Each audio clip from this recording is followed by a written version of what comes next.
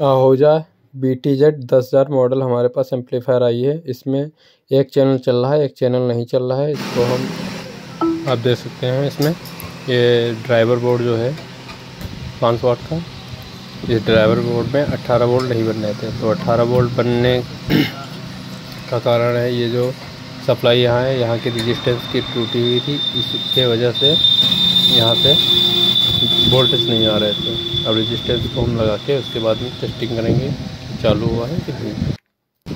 देख सकते हैं एम्पलीफायर दोनों चैनल ऑन हो चुकी है।